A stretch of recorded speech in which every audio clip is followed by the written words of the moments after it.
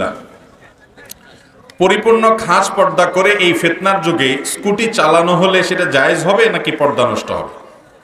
মেয়েরা যদি পরিপূর্ণ পর্দা করে স্কুটি চালাতে চান তাহলে সেক্ষেত্রে পরিপূর্ণ পর্দা করে যদি চালাইতে পারেন, চালানো জায়েজ হবে। শর্ত হলো পরিপূর্ণ পর্দা থাকতে হবে এবং সফরের দূরত্ব হয়, এত বেশি দূরে যেতে পারবেন না। এক জায়গাতে আর যা কাছাকাছি গেলেন কোনো প্রয়োজনে, কিন্তু ওই যে পরিপূর্ণ পর্দা নিশ্চিত করতে হবে। এখন মুশকিল হলো মেয়েরা স্কুটি চালাবে আবার পরিপূর্ণ পর্দা নিশ্চিত হবে, এটা ডেফিনিশনটা কি? এটা ডেফিনিশন হলো স্কুটি চালাতে গিয়ে অতিরিক্ত বাতাসে তার শরীরের কোনো অঙ্গ প্রত্যঙ্গ যদি প্রকাশিত হয়, শরীরের সাথে কাপড় লেপটে যায়, তাহলে সেক্ষেত্রে পর্দার খেলাফ হবে কি হবে না? হবে। নবী করিম সাল্লাল্লাহু আলাইহি ওয়াসাল্লাম বলেছেন, রুব্বা কাসিয়াতিন আরিয়াত, বহু মহিলা আছে যারা পোশাক পরেও বিবস্ত্র থাকে। পোশাক শরীরে আছে কিন্তু তারপরও সে মূলত বিবস্ত্র, কারণ এমন পোশাক পরছে যে পোশাকের উদ্দেশ্যকে ব্যাহত করে দিয়েছে, এমন টাইট যে শরীরের অঙ্গ প্রত্যঙ্গ বোঝা যাচ্ছে, এমন পাতলা বা এত ছোট শর্টকাট যে শরীরের অনেক অংশ দেখা যাচ্ছে।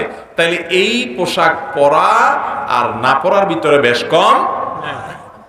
ভাইরা আমার, ইসলাম মা বোনদের পোশাকের ব্যাপারে যে বিশেষ গুরুত্ব আরোপ করে, তারা যেন শালীন পোশাক পরে তাদের সৌন্দর্যকে অপ্রকাশিত রাখে, এটা নারীদের প্রতি কোনো অবজ্ঞা থেকে না, অশ্রদ্ধা থেকে না, নারীদেরকে ছোট করার জন্য না, এটা নারীদের কল্যাণে, তাদের সম্মান, তাদের সম্ভ্রম, তাদের ইজ্জতকে সুরক্ষা দেওয়ার জন্য। অতএব পর্দা এটা সুরক্ষা, এটা কোনো আল্লাহর পক্ষ থেকে আরোপিত কোনো বোঝা না, এটা নারীর কি সুরক্ষা। আপনি বলবেন যে কিসের আবার সুরক্ষা? পুরুষরা তাদের চোখ ঠিক রাখলেই তো হলো। আমি বলবো ভাই, উন্নত দুনিয়া, উন্নত বিশ্ব বলতে যে দেশগুলোকে আমরা আপনারা চিনি জানি, সেই দেশগুলোতে মানুষ আমাদের চাইতে তথাকথিত অনেক সভ্য, অনেক শিক্ষিত, অনেক ভদ্র। সেই দেশগুলোতে নারীরা অনেক বেশি খোলামেলা চলে। সেই দেশগুলোতে তো পুরুষরা সবাই নিজের চোখের হেফাজত করে, কি বলেন? সেই দেশে তো কোনো ধর্ষণ, পাশবিক নির্যাতন হয় না। পত্রপত্রিকা খুলে দেখেন, বিভিন্ন জরিপ সম্পর্কে একটু তথ্য অনুসন্ধান করে দেখেন, সেই সব দেশে নারীর প্রতি নিগ্রহ এটা আরো অনেক দেশের চাইতে, মুসলিম কান্ট্রিগুলোর চাইতে অন্তত বেশি হয়। কারণ আল্লাহ তাআলা সৃষ্টি করেছেন এরকম করে, আকর্ষণ দিয়ে রেখেছেন একজন নারী পুরুষ একে অন্যের প্রতি। এখানে আপনি আকর্ষণের সব পথ খুলে রেখে বলবেন না সবাই নিজের দৃষ্টিকে সংযত রাখতে হবে, এটা কোনোদিনই সম্ভব আসলে অবশ্যই দৃষ্টি সংযত রাখতে হবে। এই জন্য আল্লাহ কোরআনে পুরুষদেরকে আগে বলেছেন, কুল্লিল মুমিনিনা ইয়াগুদ্দু মিন আবসারিহিম, হে রাসূল পুরুষদেরকে বলে দেন তাদের চোখগুলোকে তারা যেন হেফাজত। পুরুষের দায়িত্ব আগে, কিন্তু সেই সাথে নারীরও দায়িত্ব আছে শালীন সুন্দর পোশাকে থাকা। তিনি অশালীন খোলামেলা পোশাকে থাকলে তিনি নিজে যেরকম বিপদ ডেকে আনতে পারেন, অন্য পুরুষকে, যুবকদেরকে তাদেরকে ধ্বংসের দিকে ঠেলে যেতে সহযোগিতা করতে পারেন। এই জন্য শরীয়ত পর্দার বিধান দিয়েছে, অন্য কিছু নয়। ভাইরা আমার, জাহিলি যুগে, ইসলাম পূর্ব যুগে, বর্বরতার যুগে, অন্ধকারের যুগে, মূর্খতার যুগে, সে যুগে সাধারণত যারা মুক্ত স্বাধীন ছিলেন, সম্ভ্রান্ত ছিলেন, সেই পরিবারের মেয়েরা পর্দা পশিদা করে চলত। আর যারা কৃতদাসী ছিলেন কিংবা যারা কাজের লোক ছিলেন বা অতটা সম্ভ্রান্ত হিসেবে যাদেরকে মনা করা হতো না সমাজে, তারা সাধারণত বেপর্দা চলতেন। এখন আমাদের সমাজে যারা বেপর্দা চলে তাদেরকে মনে করা হয় অনেক শিক্ষিত, অনেক সম্ভ্রান্ত, ঠিক না বেঠিক? অর্থাৎ জাহিলি যুগের অসম্ভ্রান্ত হওয়ার যে উপায়, সেটাই এখন সম্ভ্রান্ত হওয়ার উপায় মনে করি আমরা। ভাইরা আমার, তো এই জন্য পর্দার মধ্যে নারীর নিরাপত্তা আছে। অন্য যতগুলো পদ্ধতি আছে অ্যাপ্লাই করে দেখতে পারেন, ঘুরে ফিরে ওই জায়গায় আপনাকে আসতে হবে। অনেক দেশে দেখবেন যে ধর্ষণের শাস্তি মৃত্যুদণ্ড পর্যন্ত আপনার করতে বাধ্য হয়েছে, অতদূর পর্যন্ত তাদেরকে যেতে হয়েছে। এবং অনেক দেশ, ভারতের মতো দেশের কোনো জায়গা পর্যন্ত যেখানে খোলামেলা পোশাক, আপনি দিল্লি যাবেন, কলকাতা যাবেন, এত খোলামেলা পোশাক যে আমার দেশে এত খোলামেলা পোশাক এখন নাই, আলহামদুলিল্লাহ। সেখানে দেখবেন এত নারীর উপরে পাশবিক নির্যাতন, এত ঘটনা, লোমহর্ষক ঘটনা কয়েকদিন পরপরই গোটা দুনিয়াকে হতবাক করে দেয়। সেখানে কোন কোন এলাকাতে ওই মেয়েদের শর্টকাট পোশাকের ব্যাপারে বিধিনিষেধ কর্তৃপক্ষ আরোপ করতে বাধ্য হয়েছে, কারণ এছাড়া নিয়ন্ত্রণ করা যাচ্ছে। একজন যুবক তাকে প্রকাশ্যে অপ্রকাশ্যে পর্ন সাইট দেখার সুযোগ করে দিবেন আর বলবেন যে সে ফেরেশতার মতো থাকবে, এটা আসলে কোনোদিনই সম্ভব না। আজকে কোন একটা জায়গায় যেন দেখেছিলাম, সারা বিশ্বে যে কয়েকটা দেশে শিশু পর্ণ, বাচ্চাদেরকে অশ্লীল এবং পর্ণ বিভিন্ন ভিডিও, বিভিন্ন ছবি ইত্যাদি দেখার এই প্রোডাক্টগুলো তৈরি করার আয়োজন পৃথিবীতে যে কয়েকটা দেশে সবচেয়ে বেশি, দুর্ভাগ্যজনক আমাদের দেশটা নাকি তার মধ্যে একটা। বিভিন্ন সিক্রেট গ্রুপে ছোট ছোট অপ্রাপ্তবয়স্ক পোলাপান নাকি ধ্বংসের দিকে চলে যাচ্ছে এসব দেখে দেখে। এ বিষয়ে একজন এক্সপার্ট ভাই যিনি এই বিষয় নিয়ে কাজ করেন, এটি হলো তার বক্তব্য। ভাইরা আমার, আমরা কয়দিন পরপরই শুনি শিশুরা নানান অপরাধের সাথে জড়িয়ে যাচ্ছে, খুন খারাপি করছে, ধর্ষণের সাথে শিশুরা জড়িয়ে যাচ্ছে, কিশোররা জড়িয়ে যাচ্ছে, কিশোর গ্যাং হচ্ছে। এগুলো কেন হচ্ছে তার কারণ আমরা উদ্ঘাটন করি না। অতএব এই সমস্ত অশ্লীলতার পথ বন্ধ না করে পৃথিবীতে কখনো শান্তি প্রতিষ্ঠা করা যাবে? সামাজিক শান্তি প্রতিষ্ঠা করতে হলে অশ্লীলতার দুয়ার বন্ধ করতে, গোটা দুনিয়াকে আমরা বন্ধ করতে পারবো না, কিন্তু আমি আমার নিজের পরিবারের, আমার নিজের দায়িত্ব আমি নেব। আমার চোখকে আমি সংযত করব এবং আমার পরিবারের মেয়েদেরকে আমরা উৎসাহিত করব, উদ্বুদ্ধ করব, তারা যেন পর্দা পর্শিদার মধ্যে থাকে। ভাইরা আমার, একজন বেপর্দা নারী যখন রাস্তায় চলাফেরা করেন, অশ্লীল এবং খোলামরা পোশাকে যখন তিনি চলাফেরা করেন, তাকে দেখে অন্যান্য পুরুষরা সবাই কি চিন্তা করে? যে আমার মায়ের মতো, আমার বোনের মতো পবিত্র দৃষ্টিতেই তো সবাই তাকান। কি বলেন? হ্যাঁ, আপনি বলবেন যারা খারাপ দৃষ্টি তাকে, তাদের দোষ। কার দোষ কার গুণ সেটা পরে। একজন মেয়ে, আপনার বোন, আপনার স্ত্রী, তিনি যদি খুব খোলামেলা পোশাকে বাহিরে বের হন, অশ্লীল পোশাকে বাহিরে বের হন, তাকে দেখে রাস্তায় শত শত মানুষ মনে মনে যদি জেনা করে, মনে মনে তার সাথে তাকে বাজে কল্পনা করে, তো আপনি একজন পুরুষ হিসাবে, ওই ভদ্র মহিলা একজন ভদ্র মানুষ হিসাবে তার কাছে এটা কি ভালো লাগার কথা না খারাপ লাগার কথা? ওই মহিলাকে দেখে যারা বাজে চিন্তা করে, বাজে চিন্তার কথা যদি মুখ দিয়ে উচ্চারণ করে, থাপ্পড় খাবে কি খাবে না? তাহলে আপনি নিজেই তো জানেন যে এই রাস্তা আপনি খুলে দিয়েছেন, অথচ আপনি অপমানিত হচ্ছেন। এটা দ্বিমুখিতা ছাড়া আর কিছুই নয়। আল্লাহ আমাদেরকে পর্দার গুরুত্ব বুঝার তৌফিক দান করুন। ভাইরা আমার, যে কোনো দেশের প্রেসিডেন্ট, গুরুত্বপূর্ণ ব্যক্তিত্ব যারা আছেন, তাদেরকে বডিগার্ডরা তাদেরকে পাহারাদারি করেন। যেখানে যায় তাদের সাথে তাদের গার্ডরা থাকেন। এই গার্ড যে তার সাথে থাকে, এটা কি তাকে আসামি হিসাবে বন্দী করে রাখা নাকি তার নিরাপত্তার জন্য?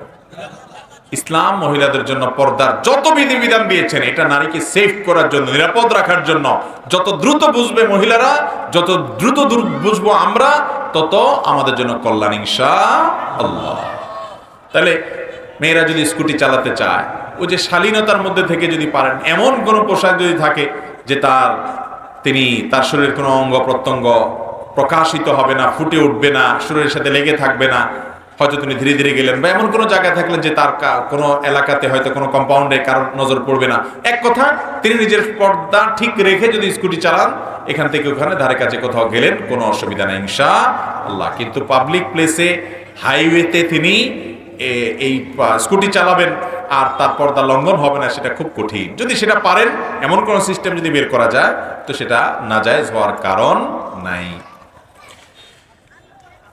জুমার দিন আসরের পর যে দুরুদ পড়লে 80 বছরের গুনাহ মাফ হয়, তা কি সহিহ হাদিস দ্বারা প্রমাণিত? ভাইরা আমার, একটি দুরুদের কথা বিভিন্ন বর্ণনায় পাওয়া যায়। আল্লাহুম্মা সাল্লি আলা মুহাম্মাদিন নবিয়িল উম্মি ওয়া আলিহি ওয়া সাল্লিম তাসলিমা।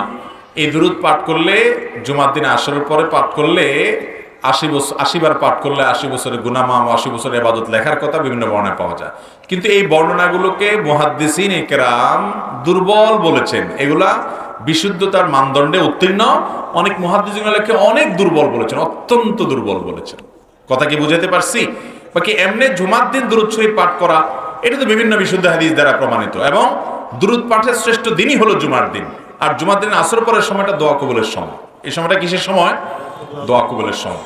এই সময়টাতে দোয়া করতে হয়, সেই সাথে দুরূদ তো অবশ্যই গোটা জুমার দিনে এবং জুমার রাতে পাঠতে হবে, নবী করিম পাঠ করতে হবে। নবী সাল্লাল্লাহু আলাইহি ওয়াসাল্লাম বলেছেন, আকসিরু আলাইয়া মিনাস সালাতি মিন ইয়াউমিল জুমআতি ওয়া লাইলাতিল জুমআ, জুমার রাতে অর্থাৎ বৃহস্পতিবার দিবাগত রাতে এবং জুমার দিনে তোমরা আমার প্রতি বেশি বেশি করে দুরূদ পাঠ করো।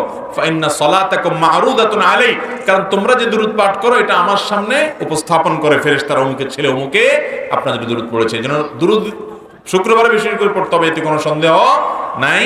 তবে এই হাদিসটি সহিহ বা বিশুদ্ধ সনদে প্রমাণিত না, বরং এটা সনদ সম্পর্কে মুহাদ্দিসদের অনেকেরই মন্তব্য আছে এটা অত্যন্ত দুর্বল সূত্রে বর্ণিত। আমার বড় বোন অনেক নামাজি ও পর্দানসীন ছিল, উনি জুমার দিন বাথরুম করা অবস্থায় মারা গেছেন, এটি কি কোনো খারাপ মৃত্যুর লক্ষণ? ভাইরা আমার, টয়লেটে মৃত্যুবরণ করলেই সে খারাপ এমন কোনো কথা নেই। আল্লাহর কোনো বান্দা তিনি হয়তো বাসা বাড়িতে খুব ভালোভাবে তার বিছানায় তিনি মারা গেছেন, এর মানে এটা না যে তিনি জান্নাতি হয়েছেন, নিশ্চিত হয়েছেন। কে কোথায় মারা গেল এটা গুরুত্বপূর্ণ না, গুরুত্বপূর্ণ হলো কোন অবস্থায় মারা গেল, অর্থাৎ তার ইমানের হালত কি। ইমান যদি মজবুত থাকা অবস্থায়, তওবা করেছে এই অবস্থায়, তাকওয়ার উপরে যদি কারোর মৃত্যু হয়, তাহলে তার মৃত্যু যেখানেই হোক না কেন ইনশাআল্লাহ সেটা ভালো মৃত্যু হিসাবে বিবেচিত হবে। আর যদি কারোর আল্লাহ না করুক ফাসেকের মৃত্যু হয়, তিনি কাফের থাকেন, বেঈমান থাকেন, আর বেঈমান যদি মসজিদের ভিতরেও মারা যায় তারপরও সেটা ভালো মৃত্যু বলা যাবে।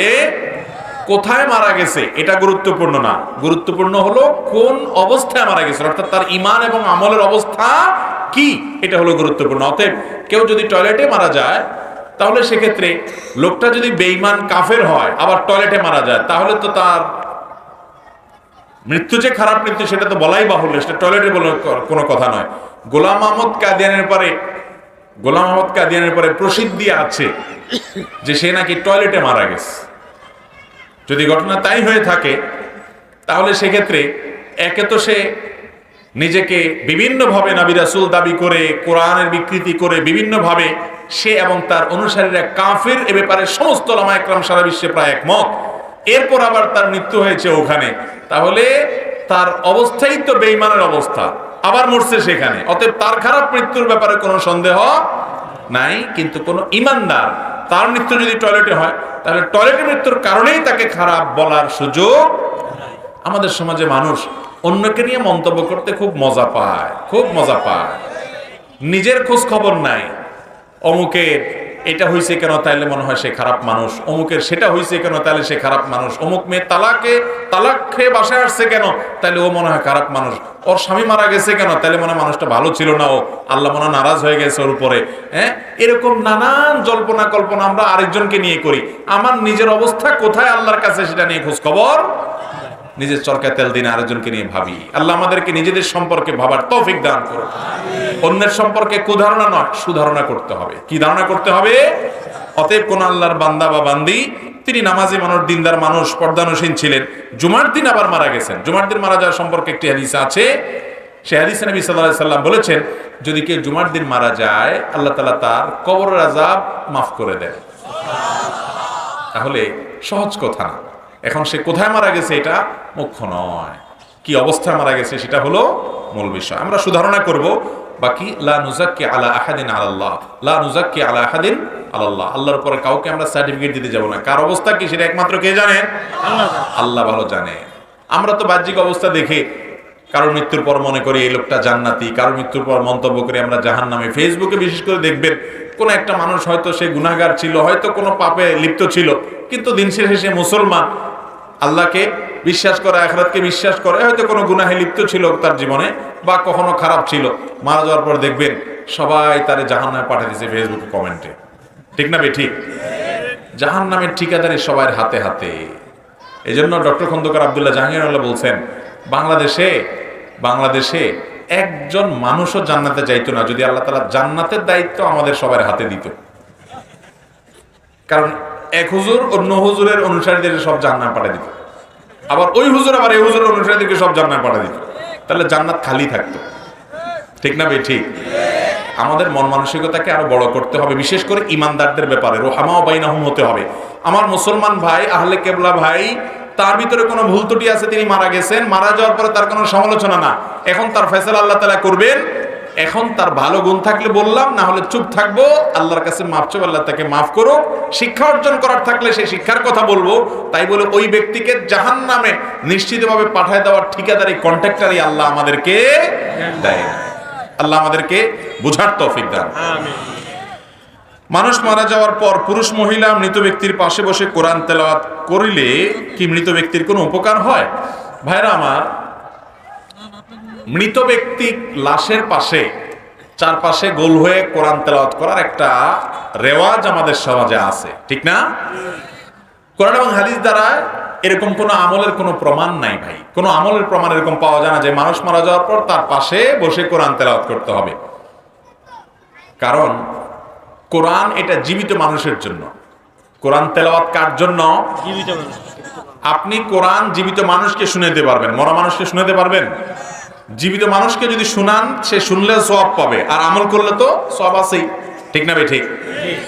অতএব কোরআন তেলাওয়াত করে জীবিত মানুষকে শোনাতে হবে। মৃত মানুষকে কোরআন শোনানোর কোন নির্দেশ কোরআন হাদিসে?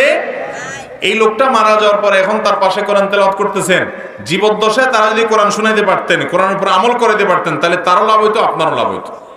কথা কি বুঝাইতে পারছি? আমাদের দেশে কোরআনের জন্য, পড়ার জন্য আবার হুজুর টাকা দিয়ে নিয়ে আসে, মাদ্রাসার ছাত্রদেরকে আনে, ঠিক না ভাই? ঠিক। এনে তাদেরকে টাকা পয়সা দেয়, তারা পড়ে। ভাই, মুর্দার জন্য কোরআন তেলাওয়াত করাইয়া টাকা দেওয়াও না জায়েজ, টাকা নেওয়াও না জায়েজ। টাকা দেওয়াও না জায়েজ, নেওয়াও না জায়েজ। অনেক সময় না জায়েজ কাজটা আমরা করি। মুর্দার জন্য দোয়া করবেন, নিজেরা নিজেদের তরফ থেকে পাঠাবেন, টাকা দিয়া ভাড়া দিয়া মুর্দার জন্য কোনো আমল করানো জায়েজ নাই। সারা বিশ্বে উলামা ইকরাম একমত, কারোর কোনো দ্বিমত নাই মাসালা। অতএব আমরা সাবধান থাকবো ইনশাআল্লাহ। মৃত ব্যক্তিকে যে জায়গায় গোসল করানো হয় সেই জায়গায় কি 7 দিন বাতি দেওয়ার নিয়ম আছে? না ভাই, এটা কুসংস্কার। এটা কি কুসংস্কার? মৃত ব্যক্তিকে যে জায়গায় গোসল দেওয়া হয় সে জায়গায় মোমবাতি বা এরকম চেরাগ, হারিকেন এগুলো জ্বালায় রাখা, ছোটবেলা আমরা দেখছি, এগুলো এখন আস্তে আস্তে উঠে যাচ্ছে আলহামদুলিল্লাহ। এখনো অনেক এলাকাতে আছে।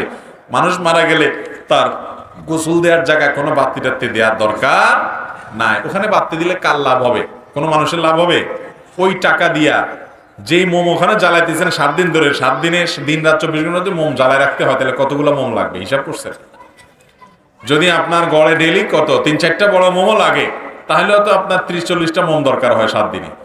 30-40টা মোম আপনি যদি গরিব ফ্যামিলিতে দেন, যাদের বাচ্চারা মোমের অভাবে পড়ালেখা করতে পারে না, বাতির অভাবে, আলোর অভাবে, হয়তো বিদ্যুৎ চলে যায়, লোডশেডিং হয়ে যায়, খেতে পারে না ভালো করে, তাদেরকে কিছু মোম কিনে দেন। মসজিদে কিছু মোম কিনে দেন, যেখানে হয়তো লোডশেডিং এর কারণে তাদের বাতি জ্বালানোর ব্যবস্থা থাকে না বা কারেন্ট নেই, তাহলে এই মোম কিনে দিলে, মুর্দার তরফ থেকে কিনে দিলে এর সব মুর্দা পাবে ইনশাআল্লাহ। ওইটা বরং আরো ভালো। সেটা না করে গোসল দেওয়ার জায়গায় অযথা আপনি জ্বালায়া লাভ কি? ইসলাম এরকম কোন অযৌক্তিক কাজের নির্দেশ দেয় নাই। গোসলের অজু দ্বারা নামাজ পড়িলে নামাজ হইবে কিনা? জি, অবশ্যই হইবে। কেন হইবে না? বরং গোসলের অজু করলে গোসলের সাথে অজু তো করতেই হবে, এটা হলো সুন্নাহ। গোসলের সুন্নাত পদ্ধতি হলো কে আগে অজু করে তারপরে কি করা? গোসল করা, এটাই হলো সুন্নাত। তো অজু প্লাস গোসল একসাথে হয়ে গেলে আলাদা আর গোসল করার দরকার, আলাদা অজু করার দরকার। আমাদের দেশে অনেককে দেখবেন যে গোসলের পর আবার বিসমিল্লাহ পড়ে অজু করতেছে, আছে না নাই? কোনো দরকার নেই। হ্যাঁ, গোসল করতে করতে আপনার বায়ু নির্গত হয়েছে বা পেশাব করেছেন, তাহলে তো আবার নতুন করে অজু করতেই হবে, ভিন্ন কথা। কিন্তু গোসলের আগে আপনি অজু করে তারপরে গোসল করবেন, এটাই হলো গোসলের সুন্নাহ পদ্ধতি। 2 হাতের কবজি ধুবেন, কুলি করবেন, নাকে পানি দিবেন, মুখ ধুবেন, কোন পর্যন্ত হাত ধুবেন, মাথা মাসা করবেন, এরপরে গোসল করবেন। বের হওয়ার সময় 2 পা গোড়ালি পর্যন্ত ধুয়ে চলে আসবেন। তাহলে গোসল প্লাস অজু একসাথে। তো অজু প্লাস গোসল হয়ে গেলে এই গোসলের পর আলাদা আর কোনো অজু করার প্রয়োজন নাই, কোনো প্রয়োজন নেই। এরপরে প্রশ্ন হলো, চাকরি করার আগে বাবা মা বিয়ে দিতে চাচ্ছে না, এখন বাবা মাকে বোঝানোর উপায়টা কি? তাদের চিন্তা বিয়ের পর কোনো সমস্যা হলে কে খাওয়াবে? ভাই, এই প্রশ্ন সব জায়গায়, এত যুবকদের প্রশ্ন, যুবকদের আহাজারি দেখলে খুব মায়া হয়। আল্লাহ আমাদের মুরব্বীদের, আমাদের চাচিদের, চাচাদের অন্তরে আল্লাহ তাআলা দয়া মায়া দেখ। দেখছেন নি কতজন আমিন বলছে? মুরব্বীরা একটু খেয়াল করেন। হাসির কথা না বাবারা, মুরব্বীরা, আমি সব জায়গায় বলি, আপনার সন্তান বিয়ের উপযুক্ত হয়েছে, ভর্তুকি দিয়া হলেও ওরে চাপ দেন, তুই কামাই কর, একেবারে বেকার বসা দিতে আমি বলতেছি না, সেও চেষ্টা করুক, টাকা পয়সা দিয়ে আল্লাহ আপনাকে তৌফিক দিয়েছে, ছেলেকে বিয়ে করতে সহযোগিতা করেন, কারণ এর মাধ্যমে তার চরিত্র হেফাজত হবে।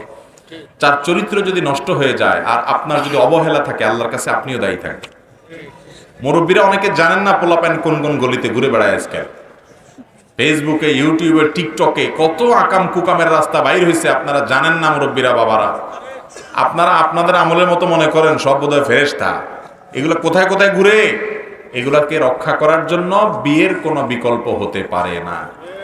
অতএব তাদেরকে সময় থাকতে বিয়ে দেন, আমার কথা না। নবী করিম সাল্লাল্লাহু আলাইহি ওয়াসাল্লাম বলেছেন, তোমাদের সন্তানদেরকে উপযুক্ত পাত্রস্থ করার, পাত্রীস্থ করার ব্যবস্থা থাকলে, উপযুক্ত যে এমন কোন পাত্রপাত্রী পেলে যার দিনদারিতে তুমি মোটামুটি সন্তোষজনক মনে করো, তাহলে আর দেরি করিও না, দ্রুততার সাথে বিয়ে দাও। কারণ সেটা না করলে দুনিয়াতে ফাসাদ তৈরি হবে, জেনা ব্যভিচার ঘরে ঘরে বাড়বে। বাংলাদেশে একটা জরিপ কয়দিন আগে দেখলাম যে এই দেশের ম্যাক্সিমাম তরুণ তরুণী তারা প্রাপ্তবয়স্ক হতে না হতে বা তার আগে আগেই তারা জেনায় লিপ্ত হয়ে যাচ্ছে বেশিরভাগ। অর্থাৎ একজন যুবক, একজন যুবতী, তার চরিত্রে কোনো কালিমা লাগে নাই, কোনো জেনা সে করে নেই, এরকম একজন যুবক যুবতী পাওয়া এখন বড় কঠিন হয়ে গেছে। সংখ্যায় তারা অনেক নগণ্য হয়ে যাচ্ছে। এরকম জটিল পরিস্থিতিতে বাবারা, মায়েরা তাদের সন্তানদের বিয়ে দেওয়ার পরে আন্তরিক থাকতে হবে। পয়সা এবং পায়ের উপরে দাঁড়ানো বলতেছেন, আরে বাবা, আল্লাহ তাআলা কোরআনে কারীমে বলেছেন তোমরা তোমাদের অধীনস্থদেরকে বিয়ে দাও।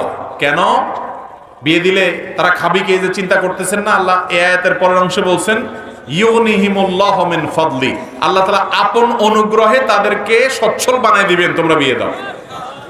এরপরে আল্লাহ তাআলার কথার উপরে ইয়াকিন রাখবেন না? হ্যাঁ, তাদেরকে অবশ্যই কর্মমুখী করেন। আর যুবকরাও কর্মমুখী করেন, এখানে বসে শুধু সুবহানাল্লাহ পড়েন না, কর্মমুখী হন, অলস হয়েন না। নবী করিম সাল্লাল্লাহু আলাইহি ওয়াসাল্লাম বলেছেন মান ইসতাতা মিনকুমুল বাআতা ফালিয়াতাযাওয়াজ ওয়া মান লাম ইসতাতি ফাআলাইহি বিস-সাওম, যাদের পয়সা কড়ি আছে বিয়ে করার তারা করো, আর যার বিয়ে করার কোনো পয়সা কড়ি নাই, বউরে মোহর দেওয়ার ব্যবস্থা নেই, ডাল ভাত দেওয়ার ব্যবস্থাও নাই, তুমি এত বেকার অথর্ব যদি হও তো তুমি রোজা রাখো, তোমার বিয়ে করার দরকার নেই। শুধু বসে বসে সুবহানাল্লাহ পড়লে হবে? যুবকরা কাজ করবো তো ইনশাআল্লাহ। কিন্তু মুরব্বীরা এক গাদা পয়সা আনো, নিজে বাড়ি করো, গাড়ি করে এই পর্যন্ত অপেক্ষা করাবেন না, খবরদার। ও যদি 10 টাকা কামাই করে, আপনি সাথে আর 10 টাকা দিয়ে বিয়ে করান। আরে ভাই, আপনার ঘরে আরেকটা মানুষ আসলে সে কি না খায় মরে যাবে নাকি? তার রিজিক সে নিয়ে আসছে না দুনিয়াতে, তা আপনি তো তার রিজিক দাতা না, আপনি কি চিন্তা করছেন? আল্লাহ তাআলা আমাদের মনগুলোকে বড় করার তৌফিক দান করুন, যুবকদের চরিত্রকে হেফাজত করার তৌফিক দান করুন। মুরব্বীরা যারা আছেন, আপনারা নিজেরা বিয়ে করছেন কয় বছর বয়সে? একদম পিচি পিচি থাকতে সব বিয়ে করছে। আপনারা বিয়ে করছেন আগে আগে, আপনাদের তো আগে বিয়ে করার কোনো দরকার ছিল না। আরো 5-7 বছর 10 বছর পরে দেরি করে করে করলে কোনো অসুবিধা ছিল না, কারণ আপনাদের আমলে এত ফিতনা ছিল না। আর এখন এত ফিতনা।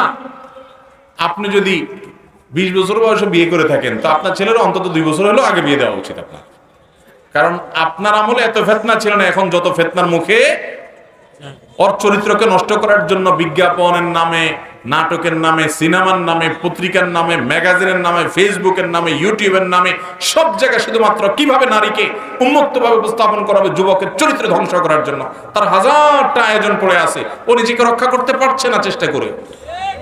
অতএব মা বাবারা দায়িত্বশীল হতে হবে ইনশাআল্লাহ। আর আপনারা ঠিক ঠিক না করে কাজ কাম করেন, পয়সা করে কামাই করেন। হ্যাঁ, বেশিরভাগ আবিয়েতে নাকি আওয়াজে তো বলে বেশিরভাগই অবিবাহিত। আল্লাহ তাআলা এই বেচারাদের একটা ব্যবস্থা করে দেয়। মেয়ের বাপরা যারা বিয়ে দিতে চান না, যে ছেলে সরকারি চাকরি করে না, আজকের অনেক মেয়ের বাপরা আছে চাকর খোঁজে, চাকর দেখে দেখে নিজের মেয়ে বিয়ে দিবে, মানে কোন একটা চাকরগিরি করে তাহলে তার কাছে মেয়ে দিবে, ব্যবসা করলে দিবেন, আছে না নাই? আহা, কপাল পড়া। মেয়ের বাপদেরকে আল্লাহ তাআলা হেদায়েত দান করুন। এক গাদা পয়সা দাবি করবেন মোহর, এছাড়া দিবেন না, তারপরে যায় নানান তালবাহানা করবেন, এগুলো উচিত না বাবারা। একজন ভালো ছেলে খোঁজ করেন, ভালো ছেলে যে মানুষ হিসাবে ভালো, সৎ, আল্লাহ ভীরু। ওর যদি পয়সা কড়াও না থাকে, বহুত পয়সাওয়ালা কোটিপতির চাইতে ওর দাম 1000 গুণ বেশি। আমরা এগুলো অনেক সময় পরে বুঝি। কত মা বাবার, কত মেয়ের বাবাদের চোখের পানি দেখছি যে পয়সাওয়ালা তথাকথিত স্টাবলিশ ছেলে ছাড়া বিয়ে দিবে না, এরপরে ফান্দে পড়িয়া কান্দিতে কান্দিতে আসে আমাদের কাছে। আল্লাহ তাআলা আমাদের সবাইকে হেদায়েত দান করুন, দিনদারিতাকে অগ্রাধিকার দিতে। আর যুবক ভাইরা কেউ বেকার থাকবো না, সবাই কাজ শুরু করবো, ঠিক আছে তো ইনশাআল্লাহ? কোনো কাজকে ছোট মনে করবেন না, কোনো কাজকে না, যেই কাজ পান সেই কাজ শুরু করে দেন। কোনো দোকানে কর্মচারীগিরি শুরু করে দেন, ছোট্ট কোনো ব্যবসা শুরু করে দেন, ছোট্ট কোনো কিছু শুরু করে দেন, কোনো কাজ ছোট না।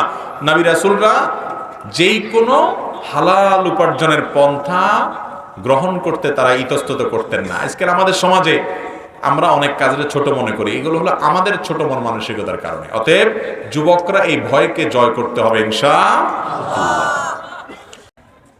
এরপরে প্রশ্ন হলো, আত্মীয়তার সম্পর্কে ছিন্নকারী ব্যক্তি জান্নাতে যেতে পারবে না, এমনই বলা আছে হাদিসে।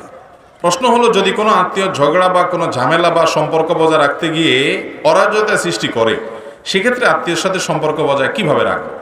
ভাইরা, আত্মীয়ের সাথে সুসম্পর্ক বজায় রাখতে হবে। যদি আপনি সুসম্পর্ক বজায় রাখার চেষ্টা করেন কিন্তু সে আপনার অসহযোগিতা করে, তারপরও আপনার সদিচ্ছা থাকবে, আন্তরিকতা থাকবে যে আমি সম্পৃক্ত থাকতে চাই, সংযুক্ত থাকতে চাই। এরপরে যদি দেখেন যে না, আমি সম্পর্ক রাখতে গেলে সে আমার উল্টা আরো ইট মারে, উল্টা আরো ক্ষতি করে, উল্টা আরো ব্ল্যাক ম্যাজিক করে, নানাভাবে শত্রুতা করে, কাছে গেলে আমার আরো ক্ষতি করে, এরকম যদি হয় তাহলে নিজেকে সেভ করার জন্য দূরে থাকতে পারেন। কিন্তু দূরে থাকলেও আপনার মন থেকে তার কল্যাণ কামনা করবেন, তার দুঃখে দুঃখী হওয়ার চেষ্টা করবেন, দূর থেকে পারলে উপকার করার চেষ্টা করবেন, কাছে গেলে যেহেতু শত্রুতা করে। কিন্তু আপনার সাধ্য অনুযায়ী তার সাথে সুসম্পর্ক বজায় রাখবেন। কারণ নবী করিম সাল্লাল্লাহু আলাইহি ওয়াসাল্লামের কাছে এক ব্যক্তি আসছে, এসে বলছে, ইয়া রাসূলুল্লাহ, আমার এক আত্মীয় আছে, আমি তার সাথে সুসম্পর্ক রাখতে চাই, কিন্তু সে আমার সাথে রাখতে চায় না, উল্টা ক্ষতি করতে চায়। তখন নবী করিম সাল্লাল্লাহু আলাইহি ওয়াসাল্লাম বলেছেন, লাইসাল ওয়াসিলু বিল মুকাফি, আত্মীয় ভালো সম্পর্ক রাখে, তুমিও সাথে ভালো সম্পর্ক রাখো। এটা তো আত্মীয়তার সম্পর্ক রক্ষা হলো না। আত্মীয়তার সম্পর্ক রক্ষা হলো সে তোমার সাথে খারাপ করে, তারপরে তুমি ভালো করার চেষ্টা করো। আমাদের সমাজে অনেকে দেখবেন, আপনার ছেলেকে একটা জামা কিনে দিয়েছে ঈদে, তা আপনিও একটা কিনে দেন। এটা আত্মীয়তার সম্পর্ক রক্ষা করে না। আমার ছেলেকে দেখবা না দেখে আমি তার ছেলেকে দিব, যদি সামর্থ্য না থাকে, দেওয়ার সামর্থ্য নাই, অন্তত আন্তরিকতা দেখাবো, মায়া দেখাবো, দিল থেকে তার ভালো চাইবো। কারণ আত্মীয়ের সাথে সুসম্পর্ক রক্ষা করা ফরজ। এই ফরজ সম্পর্কে আমরা অনেকে অবগত। অনেক লোক নামাজ কালাম পড়ে কিন্তু আত্মীয়ের সাথে সুসম্পর্ক বজায় রাখে। আল্লাহ আমাদের সবাইকে বোঝার তৌফিক দান করুন। মহিলারা কি নামাজ শেষে মুনাজাত ধরতে পারবে কিনা? ভাইরা আমার, মহিলা পুরুষ যে কেউ নামাজের পর নবী করিম সাল্লাল্লাহু আলাইহি সাল্লামের শেখানো দোয়া, জিকির এগুলো পাঠ করবে। এর পাশাপাশি আল্লাহর কাছে বিশেষ কিছু চাওয়ার দরকার হলে অবশ্যই তিনি চাইতে পারেন, কারণ নামাজের পর দোয়া কবুল হয়। অতএব নামাজের পর পুরুষরা যেরকম আল্লাহর কাছে চাইতে পারেন, মহিলাদেরও চাওয়ার অধিকার। কিন্তু ট্র্যাডিশনাল মুনাজাত সম্মিলিতভাবে সবার সাথে তাল মিলায় উঠাইতে হবে, তাল মিলায় নামাইতে হবে, এটা নবী করিম সাল্লাল্লাহু আলাইহি সাল্লাম থেকে প্রমাণিত নয়। এমনি আপনার কিছু চাওয়ার দরকার আছে, অবশ্যই আপনি চাইতে পারেন। একজন পুরুষ যেরকম চাইতে পারে, একজন মহিলাও চাইতে পারেন। এরপরে প্রশ্ন হলো, একবার জাহান্নামে গেলে পরে সাজা ভোগ করার পর জান্নাতে যেতে পারবে কিনা? ভাই, জাহান্নামে যদি কোনো মানুষ যায় অথচ সে মুসলমান, আল্লাহর প্রতি ঈমান আছে, কবিরা গুনাহ করেছে, কোনো পাপে লিপ্ত হয়েছে, যেন সে জাহান্নামে গেছে, তো এই লোক তার সাজা ভোগ করার পর যদি ঈমান তার মধ্যে থাকে, কোনো না কোনো দিন সে জান্নাতে যাবে ইনশাআল্লাহ। তাহলে এবার যারা আকাম কুকাম করেন তারা টেনশন মুক্ত হয়ে গেলেন যে ফতোয়া পেয়ে গেলাম, জান্নাতে একদিন যাওয়া যাবেই, মোসে তাও দিয়া, তাহলে এবার পাপের কাজ করতে থাকবেন। কি বলেন ভাইরা আমার? জাহান্নামটা কিন্তু আপনার মামুর বাড়ি না, যত খুশি হয়ে যাচ্ছেন, মামুর বাড়ি না। জাহান্নামের বিবরণ হাদিসের আলোকে, কোরআনের আলোকে যদি একটুও জানেন এবং তার প্রতি ঈমান আপনার থাকে, তাহলে জাহান্নামে যাওয়ার কথা তো দূরের কথা, জাহান্নামের ধারে কাছে আঁচ গায়ে লাগানোর দুঃসাহসও কোনোদিন করতে পারবেন। আল্লাহুম্মা আজিরনা মিনান নার। আল্লাহ আমাদেরকে জাহান্নামের আযাব থেকে আপনি পানাহ দান করেন। দুনিয়ার মোহ আমাদেরকে সব ভুলিয়ে রেখেছে ভাইরা, আমাদেরকে ভুলিয়ে রেখেছে। কোরআন এবং সুন্নাহ শেষের বিবরণগুলো আমাদের ইয়াকিন হয় না, আমাদের ঈমানের দুর্বলতার কারণে। ভাইরা আমার, সেজন্য জাহান্নামে যদি এক মুহূর্তের জন্য কেউ যায়, তার অবস্থা ভয়ঙ্কর হবে। একটা হাদিসে আসছে যে এক লোক দুনিয়াতে সারা জীবন সুখ ভোগ করছে, সারা জীবন সুখ ভোগ করছে, জীবনে কখনো দুঃখের দেখা পায় নাই বা উল্লেখযোগ্য কিছু হয় নাই, বেশিরভাগ সুখেই সে ছিল, চিরসুখী আমরা যাদেরকে বলি। এরকম কোন মানুষকে যদি জান্নাতে জাহান্নামের চারপাশ দিয়ে আশেপাশে দিয়ে একটা চক্কর দেওয়ানো হয়, জাহান্নামে ফেলানো হয় না, তো জাহান্নামের ভয়াবহতা অনুভব করার পর, উপলব্ধি করার পর, আঁচ করার পর সে সারা জীবন যে আল্লাহর নেয়ামতের মধ্যে ছিল সে ভুলেই যাবে, সে স্বীকারই করবে না, ভুলে যাবে সব। অতএব জাহান্নামে একবার যাওয়ার পর পুড়ে শাস্তি ভোগ করে তারপর আপনি জান্নাতে কখনো আসবেন, সেজন্য আরামসে আকাম করবেন, গুনাহ করবেন, এটা বুদ্ধিমান করতে পারে যদি জাহান্নাম সম্পর্কে ন্যূনতম ধারণা থাকে। আল্লাহ তাআলা আমাদেরকে হেফাজত থাকার তৌফিক দান করুন। যারা হাদিস অস্বীকারী একটা গ্রুপ বাইর হইছে, এরা বলে একবার জাহান্নামে গেলে সে চিরকাল জাহান্নামে থাকবে, আর কখনো আসবে না। ইমানদারের ব্যাপারে এই কথা প্রযোজ্য না, এটা ফালতু কথা। অসংখ্য বর্ণনা আছে, কোরআনের বিভিন্ন আয়াত থেকে বোঝা যায় যে এরকম মানুষ পরে জান্নাতে আসবে। হ্যাঁ, কিছু কিছু পাপের শাস্তি হিসেবে আল্লাহ চিরকাল জাহান্নামের কথা বলেছেন। এখানে উদ্দেশ্য দীর্ঘস্থায়ী হতে পারে, আবার সেটাকে হালাল মনে করে করলে তখন সে বেঈমান, সেই হিসাবে চিরকাল থাকার কথা হতে পারে। যারা মানুষ জীবিত, মরা মানুষ জীবিত মানুষকে স্বপ্নে নিতে আসলে এর ব্যাখ্যা কি? মানে একটা মানুষ স্বপ্নে দেখছে যে তার কোনো মৃত মানুষ, মৃত বাবা মা স্বপ্নে আয়সা বলতেছে তোর নিতে আসছি, এটা দেখলে ব্যাখ্যা কি? তো স্বপ্নের ব্যাখ্যা সম্পর্কে আমি খুব ভালো জানি তা না, তবে এই সমস্ত স্বপ্নগুলো যা দেখছেন বাস্তবে হুবহু তাই হবে এরকম ব্যাখ্যা করার, এত সহজে ব্যাখ্যা করার সুযোগ নাই। কোন মৃত মানুষ এসে বলল চলো তুমি আমার সাথে চলো, তো এটার বিভিন্ন ব্যাখ্যা হতে পারে। এটার ব্যাখ্যা নিশ্চিতভাবে এরকম অবশ্যই বলা যাবে না যে এটা নিশ্চিত একটাই ব্যাখ্যা যে তাইলে আপনার যাওয়ার সময় হয়ে গেছে, এখন কান্দাকাটি শুরু করে দেন না। আপনি সর্বাবস্থায় আমল করবেন, নেকামল করবেন, এবং কোন স্বপ্ন দেখার পর যদি আপনার দুশ্চিন্তা হয়, পেরেশানি লাগে, তখন আপনি স্বপ্ন দেখার পর, ঘুম ভাঙার পর বাম দিকে প্রতীকী থুতু ফেলবেন, থুতু থু করবেন, থুতু নিক্ষেপ করবেন না, প্রতীকী থুতু বাম দিকে, এবং আউযু বিল্লাহি মিনাশ শাইতানির রাজিম বা আমানতু বিল্লাহি ওয়াল ইয়াউমিল আখির পড়বেন, এবং সম্ভব হলে ওযু করে 2 রাকাত নামাজ পড়বেন। আল্লাহর কাছে পানাহ চাইবেন, আল্লাহ এই স্বপ্ন যদি ক্ষতিকর কোনো কিছু ইন্ডিকেট করে, ইঙ্গিত করে, তাহলে তার থেকে আপনার কাছে পানাহ চাই। ইনশাআল্লাহ আপনার কোনো, আপনার জন্য দুঃসংবাদের কিছু বা বিপদের কিছু অন্তত হবে না। তবে ইমানদার সর্বাবস্থা আল্লাহর সঙ্গে সাক্ষাতের জন্য প্রস্তুত থাকতে হবে। ওই মরা মানুষ এসে আপনাকে ডাকলে যাবেন, তা না হলে আপনি যাবেন না, যাওয়া লাগবে না।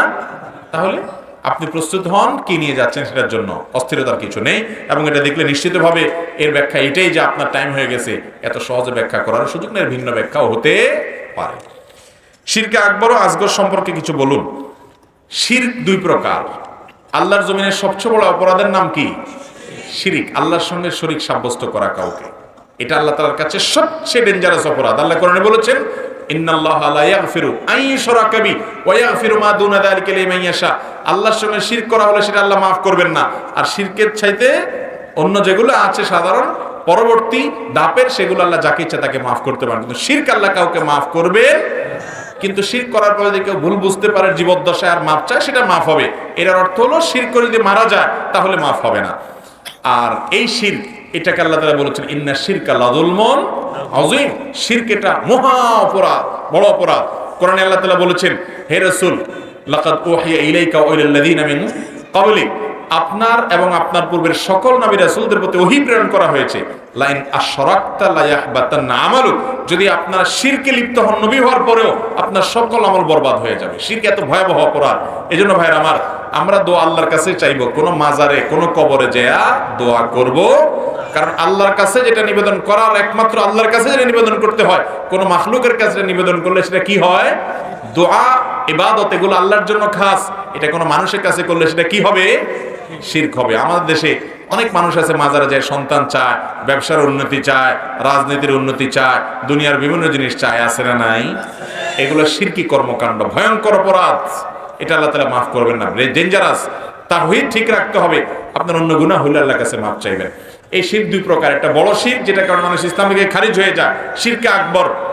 আল্লাহরকে সিজদা করেন, অন্য কাউকে সিজদা করলেন, আল্লাহর ইবাদত করেন, আরেকজনের ইবাদত করলেন, আল্লাহর স্থলাভিষিক্ত বানায় ফেললেন কাউকে, এটা বড় শিরক। আরেকটা হলো ছোট শিরক, কথার ভুল। কথার ভুল, যেমন অনেকে বলে যে উপরে আল্লাহ, নিচে আপনি, আগে আল্লাহ, পাশে আপনি, আল্লাহও লাগে ইল্লাও লাগে, এরকম কথা শুনছেন নি আপনারা মাঝে মধ্যে? এগুলো ইমানদারের জন্য শোভনীয় কথা না। ইমানদার বলবে আল্লাহ তাআলা যথেষ্ট। উসিলা হিসেবে দুনিয়াতে অনেক সময় মানুষকে আল্লাহ ব্যবহার করেন, আল্লাহ চাইলে উসিলা ছাড়াও দিতে। আল্লাহও লাগে ইল্লাও লাগে, আল্লাহকে ইল্লা ছাড়া পারে না? পারে কি পারে না? তাহলে ইমানদার কিভাবে এসব বলতে পারে? পাম্পটে দেওয়ার জন্য বললেন উপরে আল্লাহ, নেতা সাহেব নিচে আপনি। নেতা সাহেবরে আল্লাহর পিছনে পিছনে দালাল বানায় দিলেন। এই সমস্ত দুই নম্বরই করলে ইমান ক্ষতি হবে, ক্ষতিগ্রস্ত হবে। এই জন্য ছোট শিরক, এগুলো হলো কথার ভুল। ইমানের ক্ষেত্রে হয়তো ভিতরে ত্রুটি নেই, বলার ভুল আছে, এগুলো ছোট শিরক। তো এই জন্য ছোট শিরক থেকে বেঁচে থাকতে হবে। আরেকটা হলো মানুষকে দেখানোর জন্য নেকামল করলেন, নাম ফুটানোর জন্য কিছু করলেন, সেটাও ছোট শিরক। নবী সাল্লাল্লাহু আলাইহি ওয়াসাল্লাম দোয়া শিখিয়েছেন ছোট শিরক থেকে বাঁচার জন্য, আল্লাহুম্মা ইন্নী আউযু বিকা আন উশরিকা বিকা ওয়া আনা আ'লাম ওয়া আস্তাগফিরুকা লিমা লা আ'লাম। আল্লাহ, আমার জ্ঞাতসারে অজ্ঞাতসারে আমার অজান্তে সব প্রকার শিরক থেকে পানাহ চাই। আর বড় শিরক থেকে বাঁচবেন কিভাবে? শিরক সম্পর্কে জানবেন কোনটা বড় শিরক, সেখান থেকে বাঁচার চেষ্টা করবেন। সরকারি চাকরি করে প্রতিদিন 1 ঘন্টা দেরি করলে তার বেতনের টাকা হালাল হবে কিনা?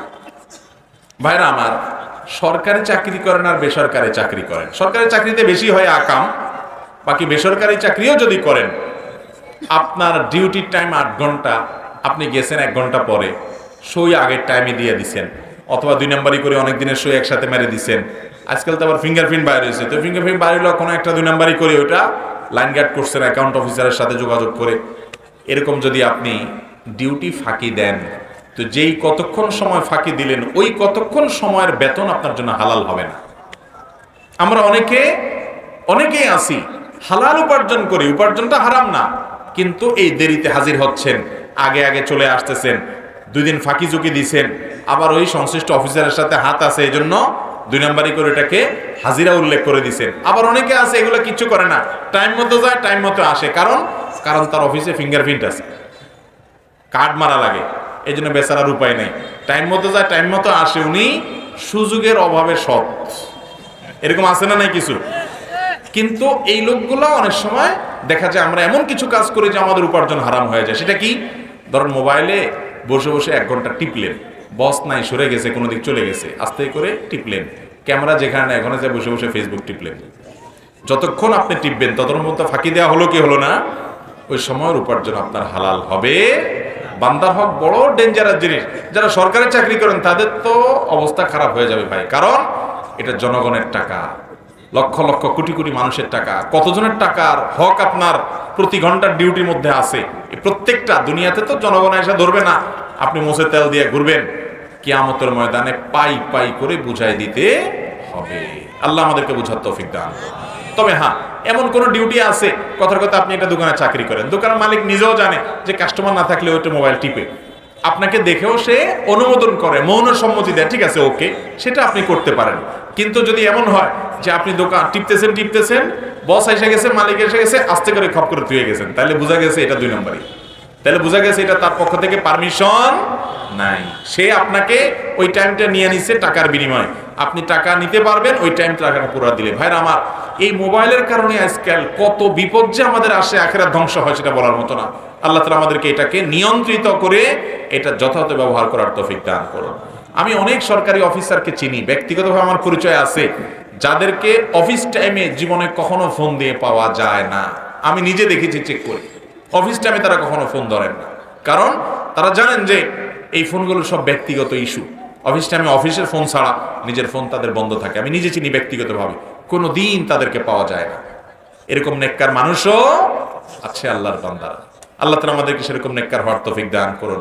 ভাই, নামাজ কালাম আর লম্বা দাঁড়িয়ে রাখলেন, ওয়াজ শুনলেন, কোরআন তেলাওয়াত করলেন, আর মানুষের হক মেরে দিলেন, জান্নাতে যাওয়ার জন্য এই চরিত্র যথেষ্ট হবে না। অনেকে ডিউটির সময় বসে বসে ইউটিউবে ওয়াজ শুনে, কি বলেন, তারটা তো হালাল হবে নাকি? তারটা হালাল হবে না, কারণ আপনাকে বেতনটা ওয়াজ শোনার জন্য দেওয়া হয় না, পাবলিকে সার্ভিস দেওয়ার জন্য দেওয়া হয়েছে, ঠিক না ভাই? ঠিক। এটা বড় ডেঞ্জারাস বিষয়। আল্লাহ তাআলা আমাদেরকে সাবধান হওয়ার তৌফিক দান করুন। সুর করে দুরূদ পড়া কি জায়েজ আছে? ভাইরা আমার, কোরআনে কারীমের তেলাওয়াত সুর করে সুন্দর কণ্ঠে পড়তে হবে, কারণ হাদিসে আসছে লাইসা মিন্না মান লাম ইয়াতাগান্না বিল কোরআন, যে কোরআনকে সুন্দর কণ্ঠে পড়ার চেষ্টা করেন। আল্লাহ যাকে যতটুকু দিয়েছে ততটুকু, সে একেবারে আহামরি সুরে পড়তে হবে এমন জরুরি না, তার যতটুকু আছে ততটুকু অনুযায়ী চেষ্টা করবে সুন্দর কণ্ঠে তেলাওয়াত করার। আর অন্য হাদিসে আসছে যে নবী রাসূলুল্লাহ সাল্লাল্লাহু আলাইহি ওয়াসাল্লাম বলেছেন, যায়্যিনুল কোরআন বিআসওয়াতিকুম, তোমরা কোরআনকে তোমাদের কণ্ঠ দিয়ে সাজাও, সুন্দর করে পড়ো। কোরআন ছাড়া আর কোনো কিছুতে সুর দেওয়ার কোনো নির্দেশ শরীয়তে নাই। এখন কোরআন ছাড়া আপনি দুরূদ পড়ার সময় যে সুর দেন, এটা মুবাহ, এটা নাজায়েজ বা হারাম হবে না, কারণ এটা কেউ সুন্নাত বা সওয়াবের কাজ মনে করে সুদ দেয় না, যে সুর না দিলে সওয়াব হবে না এরকম কেউ মনে করে না। অতএব সুদ দেওয়াটা মুবাহ বা জায়েজ আছে, কিন্তু সুর দিতে হবে দুরূদ পড়তে হলে এমন কোনো কথা। অনেকে সব স্বাভাবিকভাবে বলতেছে দুরূদ বললেই সুদ ধরে, আল্লাহুম্মা, এরকম কোনো সুদ ধরতে হবে এমন কোনো আবশ্যকীয়তা বা দুরূদ পড়ার কোনো আদবও না যে সুদ দিতে হবে। আপনি স্বাভাবিক পড়েন আল্লাহুম্মা সাল্লি আলা মুহাম্মাদ ওয়া আলা আলি মুহাম্মাদ কামা সাল্লাইতা আলা ইব্রাহিম ওয়া আলা আলি ইব্রাহিম ইন্নাকা হামিদুম মাজিদ। এটাকে আপনি যদি সুদ দিয়ে টান দিয়ে পড়েন, সওয়াব একটা বেশি হবে, নেকি একটা বেশি হবে, এমন কোনো কথা। অতএব সুদ দিয়ে কেউ দুরূদ পাঠ করলে সেটা জায়েজ আছে, কিন্তু এটা পাঠ করলে কোনো উত্তম এমন না। হ্যাঁ, কেউ যদি মনে করে না সুদ দিয়ে পড়লেই সওয়াব বেশি হবে, তাহলে সেটা ভুল এবং বেদাতের দিকে যেতে পারে। নরমালি সুদ দিয়ে পড়েন বা সুর ছাড়া পড়েন, আপনার ব্যাপার, দুরূদ পড়লেই হলো। এরপরে প্রশ্ন হলো, ঔষধের দোকান যারা দিয়েছেন তারা অনেক সময় ওষুধ কোম্পানি থেকে গিফট এবং স্যাম্পল পেয়ে থাকেন, এগুলো না দিলে কোম্পানির ওষুধ নিতে চান না এবং অনেক সময় টাকা কেটে রাখেন, যে টাকা আমার পকেট থেকে লস দিতে হয়। এমত অবস্থায় দোকানদারের ব্যবসা হালাল হবে কিনা? ভাই, আমাদের দেশে সব জায়গায় শুধু চাঁদাবাজি, ডাকাতি, যে যেমনে পারে, যে যারে মেরে কেটে খেতে পারে, এসব বেঈমান করলে মানায়। যে জানে, যে বিশ্বাস করে কিয়ামত আছে, আল্লাহর সামনে দাঁড়ানো লাগবে, সে কখনো এগুলা করতে পারে? ভাইরা আমার, ঔষধ দোকানদারদেরকে ঔষধ কোম্পানি যদি গিফট দেয়, যে ভাই আমার ওষুধ তুমি বিক্রি করো, তোমাকে আমি এমনি গিফট দিলাম, ডাক্তারের জন্য গিফট দেওয়া না জায়েজ হতে পারে, কিন্তু ওই দোকানদারের জন্য জায়েজ। কারণ দোকানদার এটা তাকে শুধুমাত্র কোম্পানি দিছে, এখানে ডাক্তারদের মতো না যে ডাক্তার রোগীর কাছ থেকে ফিস নিছে, আবার কোম্পানির কাছ থেকে ফিস নিয়ে সে ওষুধ লিখতেছে, এটা তার ডিউটি, ওষুধ লেখার ডিউটি ফিসের বিনিময়। আবার সে কোম্পানির থেকে আবার টাকা নিচ্ছে ওষুধ লেখার বিনিময়, অর্থাৎ দুই জায়গায় একসাথে মানে সে আপনার উপার্জন করতেছে দুই দিক থেকে, এটা তার জন্য জায়েজ নাই। কিন্তু ওষুধ কোম্পানির তো আর সেটা না, যার কারণে ওষুধ কোম্পানিকে দোকানদার, ওষুধ দোকানদার তো সেটা না, ডিসপেন্সারিওয়ালা, তাকে যদি ওষুধ কোম্পানি কোনো গিফট টিফট কিছু দেয়, এটা তার জন্য জায়েজ আছে। কিন্তু সে যদি চাঁদাবাজি করে, যে না এটা না দিলে ওই কোম্পানির যে রিপ্রেজেন্টেটিভ তাকে বাধ্য করা হবে, তাকে জোর করা হবে, তার থেকে টাকা কেটে নেওয়া হবে, তাহলে সেটা জুলুম হবে, অন্যায় হবে, নাজায়েজ হবে। আল্লাহ তাআলা সব ক্ষেত্রে আমাদেরকে হক হালালি জীবন যাপন করার তৌফিক দান করুন। আল্লাহর সকল নির্দেশকে সব ক্ষেত্রে মেনে চলার তৌফিক দান করুন। বান্দার হক, মানুষের হকের উপর আল্লাহ তাআলা আমাদেরকে সাবধান হওয়ার তৌফিক দান করুন।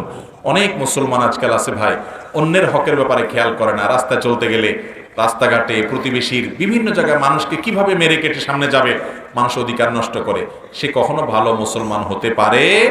আল্লাহর অধিকার একটু নষ্ট করলেও আশা করা যে আল্লাহ মাফ করবেন, আর বান্দার হক নষ্ট করছেন, আশা ছেড়ে দেন যে আল্লাহ মাফ করবে। কারণ বান্দার হক আল্লাহ তাআলা বান্দার কাছ থেকেই মাফ নেয়াবেন, কিংবা আপনার আমল তাকে দিয়ে দায়মুক্ত করাবেন। ভয়াবহ ব্যাপার ভাই। আল্লাহ তাআলা আমাদের সবাইকে আমল করার তৌফিক দান করুন, সাবধান থাকার তৌফিক দান করুন। আমরা কোরআন হাদিস থেকে যেসব কথা জানলাম, শুনলাম, এগুলো অনুযায়ী আমাকে, আপনাদের সবাইকে আল্লাহ তাআলা আমলের তৌফিক দান করুন।